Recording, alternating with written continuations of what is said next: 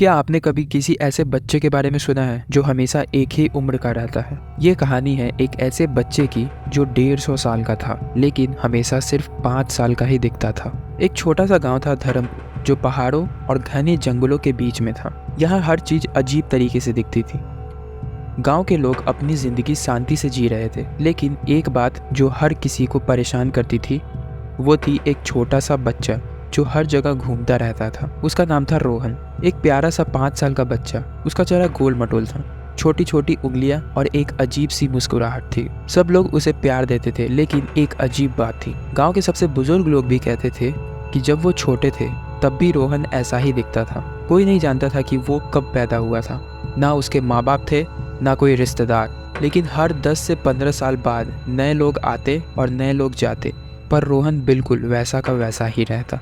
एक पुरानी कहानी भी मशहूर थी। कहते हैं कि 100 साल पहले एक तांत्रिक ने एक बच्चे पर श्राप दिया था। कहते हैं कि उस बच्चे की आत्मा कभी मुक्ति नहीं पा सकती थी और तब से वो यहाँ अटक गया था। एक दिन गांव में नए लोग आए, विक्रम और सिया, एक नए शहर से आया परिवार जो यहाँ शांति की तलाश में शिफ्ट हुआ था। उनकी एक बेटी थी आरोही, जो सिर्फ 6 साल की थी।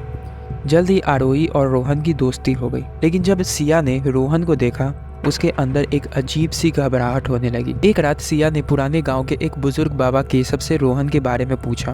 बाबा के चेहरे पे एक अजीब सी दहशत थी। आप जानते हैं रोहन यहाँ कब से है?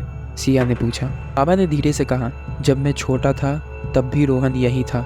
जब मेरे पिता यहाँ आए तब भी रोहन यही था। जब मेरे दादा दादी यहाँ आए तब भी रोहन यही था।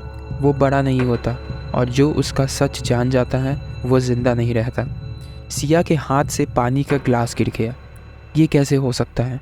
कोई इंसान 150 साल तक बिना बढ़े कैसे रह सकता है? विक्रम ने इस कहानी को बस एक गांव के भूत प्रेत वाली बकवास समझा, लेकिन सिया की घबराहट बढ़ गई। एक रात सिया ने एक पुरानी किताब निकाली जो बाबा केशव ने दी थी। उसमें लिखा था, एक श्रापित बच्चा जो कभी बड़ा नहीं होता।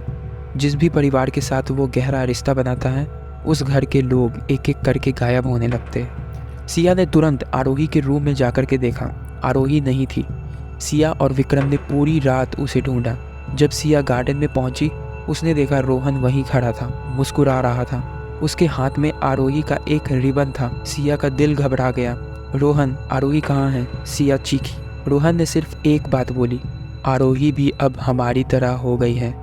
सिया ने देखा कि रोहन के पीछे एक पुराना धुंधला फोटो पड़ा था। उसमें बहुत सारे बच्चों की तस्वीरें थी और एक एक करके नए नए चेहरे उस तस्वीर में जुड़ रहे थे। सिया और विक्रम ने रोहन का सच जान लिया था, लेकिन अब देर हो चुकी थी। एक एक करके गांव के नए नए लोग गायब होने लगे। जब सिया ने बाबा केशव से मदद मांगी तो उन्होंने एक ही बात कही, रोहन कभी मर नहीं सकता। वो बस नए लोगों की तलाश करता है जो उसके साथ हमेशा रह सके। एक दिन सिया और विक्रम भी गायब हो गए।